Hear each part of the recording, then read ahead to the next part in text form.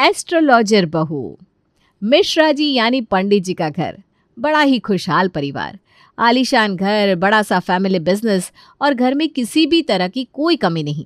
सब अपने अपने कामों में व्यस्त रहते और सबके दिलों में आपस में प्यार था। लेकिन सब कुछ हमेशा एक जैसा नहीं चलता ना, तो बस वही देखते हैं कि क्या उलट फेर होने वाला है। एक दिन, बड़ी बहू देखो तो कौन आया है। अरे कहाँ हो, जरा बाहर तो आओ। रागिनी अपने कमरे से आवाज लगाती है। आ रही हूँ मम्मी जी। ये गोलू बहुत परेशान कर रहा है, ना स्वेटर पहन रहा है ना ही सॉक्स, और बाहर कितनी ठंड है ये मान ही नहीं रहा। हाँ हाँ बेटा, उसे कपड़े पहना ले और फिर बाहर आ जा। इतनी देर में मंजू जी की आवाज सुनकर छोटी बहू महिमा बाहर आती है। अरे काव्या दीदी, आप आज इतने दिनों बाद, वो भी अचानक से। महिमा काव्या को गले लगा लेती है। काव्या मंजू जी की छोटी बहन की बेटी थी जो हरिद्वार से यहाँ चंडीगढ़ आई थी। अच्छा दीदी, मैं आपके लिए एक बढ़िया सी अदरक वाली कड़क और गर्मा गर्म चाय लेकर आती हूँ। तब तक रागिनी भी बाहर आ जाती है। अरे वाह दीदी आप, लेकिन आज अचानक सुबह सुबह ये सरप्राइज समझ में नहीं आया। मंजू जी रागिनी की तरफ गुस्से से देखती हैं। नहीं मतलब कि आपके आने की कोई खबर ही नहीं थी, लेकिन आप आए ना, ये आपने बहुत बढ़िया किया। अरे खबर कैसी होगी, तुम लोग अपने अपने काम में लगे रहते हो। फिर मेरे भी दिमाग से निकल गया। काली मौसी का फ़ोन आया था तो कह रही थी काव्या चंडीगढ़ एक इंटर्नशिप के लिए आ रही है। तो फिर मैंने भी बोल दिया कि भाई हमारा इतना बड़ा घर किस दिन काम में आएगा, और फिर पंचकुला से चंडीगढ़ है ही कितना दूर, यहीं रह लेगी काव्या और उसे कोई परेशानी भी नहीं होगी। तब तक महिमा चाय लेकर आ जाती है। ये तो आपने बहुत ही बढ़िया काम किया, अब आराम से रहना यहाँ। वही तो, हॉस्टल में 50 तरह के झंझट, ना खाना अच्छा मिलता है, जबकि यह अपना घर है। हाँ मौसी, ये बात तो है। हॉस्टल का सोच सोच कर ना मुझे टेंशन हो रही थी, क्योंकि कभी हॉस्टल में रही नहीं हूँ ना, तो आदत भी नहीं है।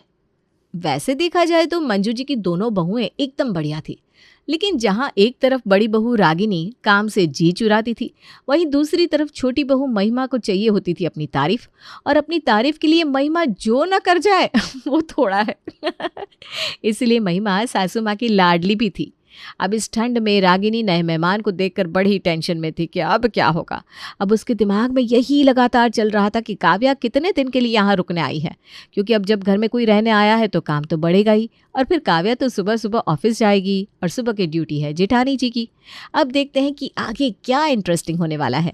फिर शाम होते होते रागिनी की चिंता और भी ज़्यादा बढ़ जाती है और वो एक नया बहाना ढूंढने लगती है। रागिनी और महिमा किचन में काम कर रहे थे। चलो ना भाभी, सब्जी भी बन गई, बथुआ का रायता भी बन गया है, अब तो बस रोटियां बनानी बाकी है। अरे महिमा, सर्दियों में ना रोटियां बनाना ही बड़ा टास्क है। पापा जी को 2 बाजरे की 2 मक्के की चाहिए, मम्मी जी को 1 बाजरा 1 मक्का 1 गेहूं की चाहिए। बच्चे बाजरे और मक्के की तरफ देखते तक नहीं है, और हमारे पति भाभी, उन दोनों का ये है कि जिस दिन उनके लिए जो रोटी ना बनाओ उस दिन वही चाहिए, और जिस दिन अपने मन से बना दो तो खानी नहीं है।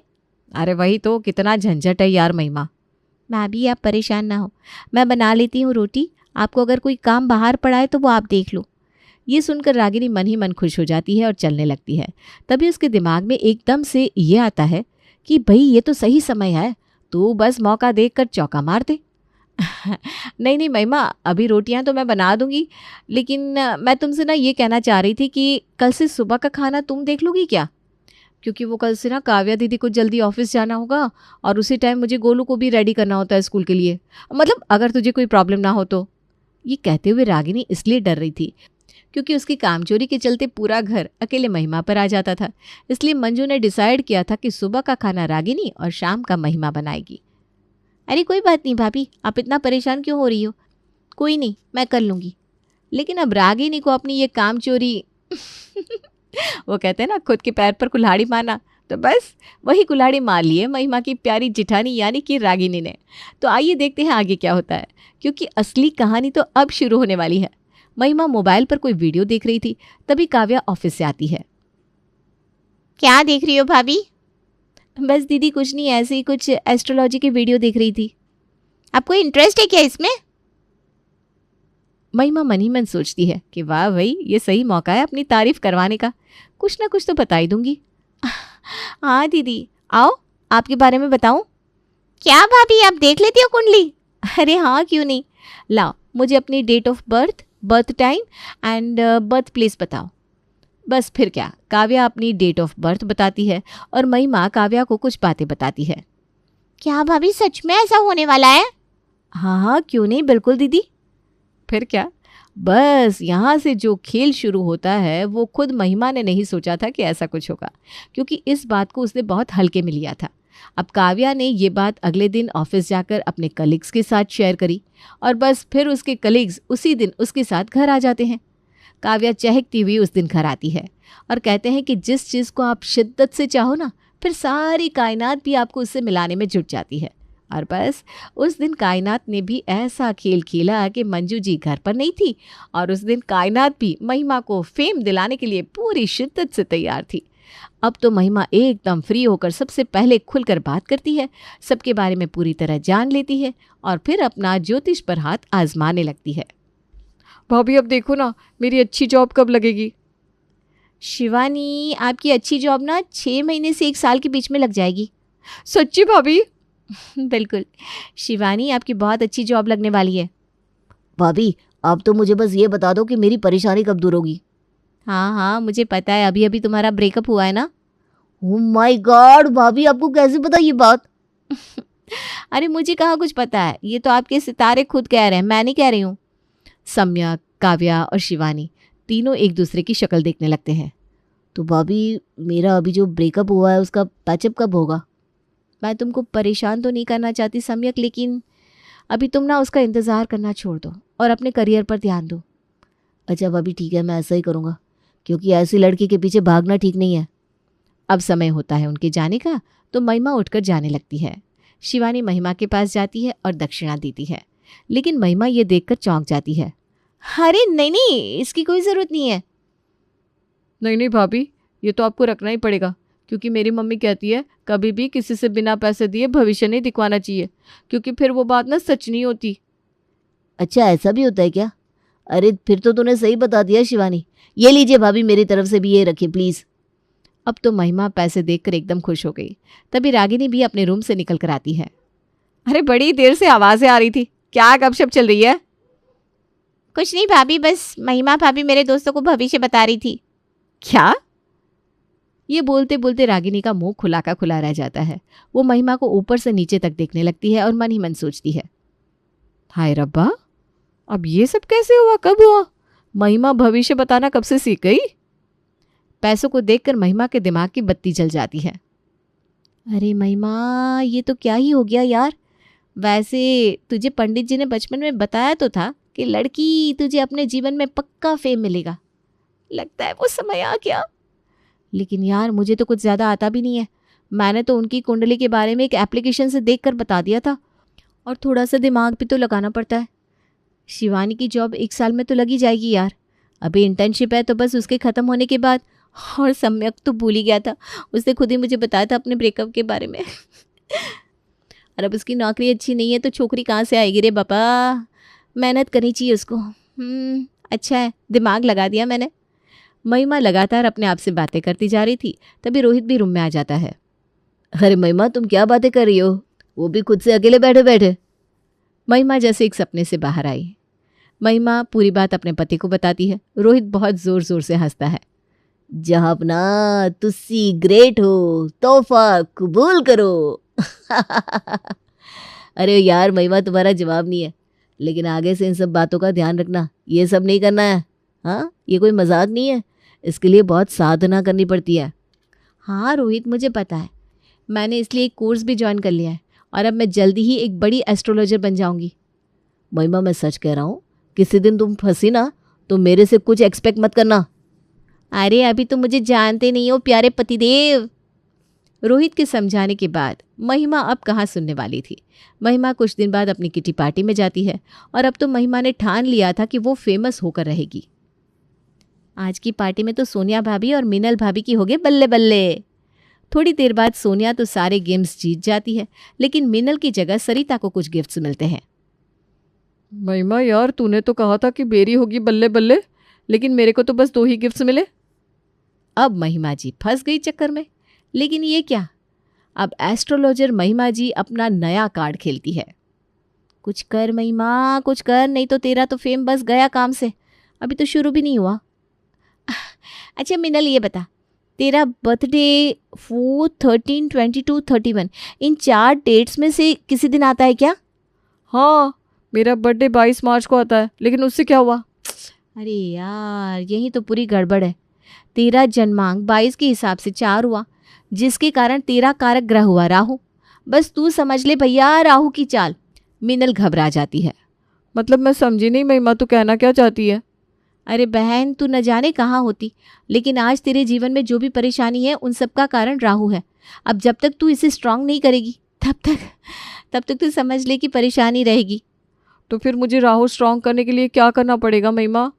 तब पीछे से आवाज़ आती है, जब किसी से ऐसे भविष्य दिखवाते हैं तो उसका ऐसे नाम नहीं लेते, उसे महिमा नहीं गुरुमा बोल। अच्छा गुरुमा, अब मुझे क्या करना होगा आगे? देखो, तुम मेहनत तो बहुत करती हो, लेकिन उसका फल तुम्हें नहीं मिलता। हाँ सही बात। तुम्हारे हाथ में लक्ष्मी टिकती ही नहीं। हाँ गुरुमा, ये बात भी आपकी बिल्कुल सही है, लेकिन अब मुझे आगे क्या करना है वो बताइए।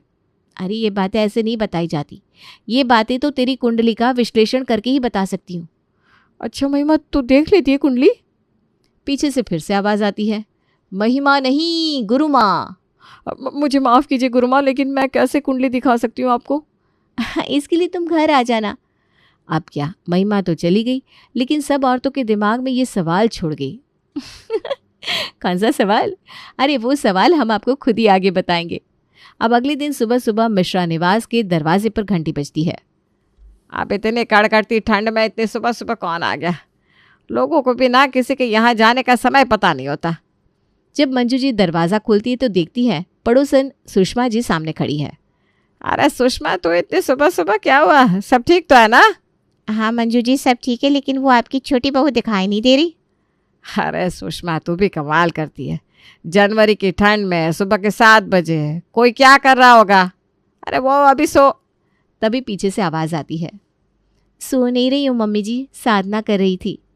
मंजू जी महिमा को ऊपर से नीचे ऐसे देखती हैं जैसे उनको करंट लग गया हो। महिमा ने एकदम केसरिया रंग की साड़ी पहनी थी और तिलक लगाए खड़ी थी। अरे तुझे क्या हो गया छोटी बहू? तेरे दिमाग में कोई ठंड तो नहीं लग गई? अरे मंजू जी, आपकी बहू इतनी होशियार है, इतनी बड़ी भविष्य करता है, आपने ये बात आज तक हमसे छिपा कर क्यों रखी? और आप गुरु माँ ये कैसी बातें कर रही हैं? गुरु माँ? अरे तेरा दिमाग फिर गया है क्या सुषमा? तभी सुषमा मंजू जी को धक्का देते हुए घर के अंदर महिमा के पीछे पीछे चली आती है। गुरु माँ, आप तो बस ये बता दो कि मेरे छोटे बेटे की शादी कब होगी? क्या उम्र है अभी आपके बेटे की? और महिमा फिर सुषमा जी से बातें करने लगती है। यहाँ मंजू जी इस सदमे में होती है कि आखिर ये सब कब हुआ। अभी सुषमा जी की बातचीत ठीक से ख़त्म भी नहीं हुई थी, तब तक महिमा की किट्टी पार्टी की दूसरी औरतें आ जाती है और देखते ही देखते मिश्रा निवास में ऐसा जमावड़ा लग जाता है जैसे कोई बहुत बड़ी भविष्य वक्ता वहाँ विराजमान हो। अब जैसे ही भीड़ कम होती है, मंजू जी घर का दरवाज़ा बंद कर देती है और फिर महिमा से पूछती हैं, ये क्या माजरा है? मम्मी जी, ये लोग मुझसे मिलने अपने आप ही आ रहे हैं, मैंने तो इनको नहीं बुलाया।